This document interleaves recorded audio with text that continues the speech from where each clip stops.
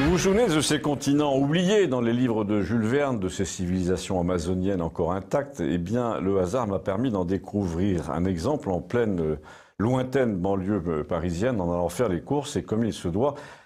Je ne vous dis pas le nom pour éviter les curiosités qui risqueraient de mettre à mal l'écosystème dont je vais vous parler. Il s'agit d'une commune située sur une sorte de belvédère, une bosse qui domine la vallée de la Seine et dont on imagine que dans les années 30, on y respirait ce qu'on appelait du bon air. Désormais, on est à peine au-dessus de la couche de pollution, un peu comme sur les collines de Los Angeles. Vous savez, par beau temps, on voit cette bande sale qui mélange le bleu et le beige clair, et on se dit qu'on échappe provisoirement à la bronchite chronique.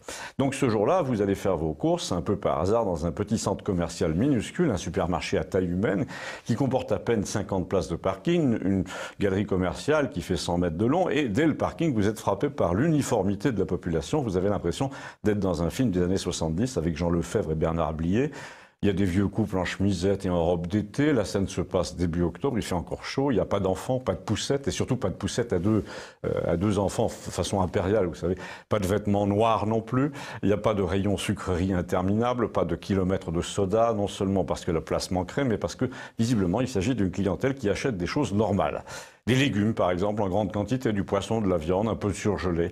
En revanche, le rayon ustensiles pour le ménage est très important, la mercerie aussi, et toutes ces choses qui désignent un certain mode de vie qu'on pourrait appeler à la fois aisé et frugal.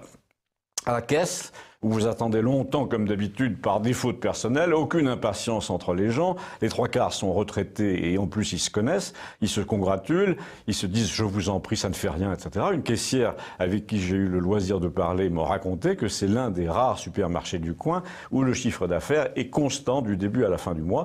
Elle avait fait plusieurs autres contrats comme ça ailleurs et ce qui l'avait frappé c'est que les gens dépensaient comme des malades, disait-elle, jusqu'au 15 et puis ensuite plus rien. Mais il est vrai, a-t-elle rajouté, en se rengorgeant un peu, que ailleurs, je veux dire dans les autres communes, c'est pas le même tableau socialement. Je préfère ici, disait-elle. Alors justement, à force d'analyser le tableau, à la fois aux caisses et alentour, autour du supermarché, je veux dire repartant en voiture, j'ai fini par comprendre à quoi il ressemblait ce tissu banlieusard. Je vous parlais de Los Angeles à l'instant, mais c'est valable partout aux États-Unis. Vous avez comme ça un grand nombre de zones préservées dans les endroits résidentiels où l'American Way of Life a résisté, ou plutôt s'est recroquevillé sur les valeurs d'après-guerre. Alors vous allez me dire, que voulez-vous dire? Eh bien, je veux dire qu'avant l'invasion, par les autres valeurs ou par l'absence de valeurs, puisqu'en toute chose, nous avons été programmés par nos maîtres américains pour leur ressembler, le côté Jurassic Park des vieux qui se disent encore bonjour et qui achètent de quoi faire des repas de communion dans les supermarchés, les épiceries où on ne trouve pas d'électronique, pas de CD vierge, pas de disque dur externe, pas de prise HDMI. Ce côté la conservatoire des usages anciens ressemble exactement au village des pavillons protégés par les vigiles en Californie et en Floride, sauf que là, il n'y a pas de vigile et il n'y a pas de golf. Alors quand vous faites un tour dans les rues entre les maisons, vous les voyez entourés de jardins à tomates, de coins piscines minuscules, de parterres de dahlias, mais les haies et les portails sont très rares, comme si la délinquance avait oublié cet endroit. Il faut dire que l'âge est aussi uniforme que les origines de la population, c'est l'une des choses qui permet les comparaisons. Il n'y a aucune agressivité entre les gens parce qu'ils ont visiblement dépassé ce stade, ils sont en danger de mort doublement, comme vieux et comme européens.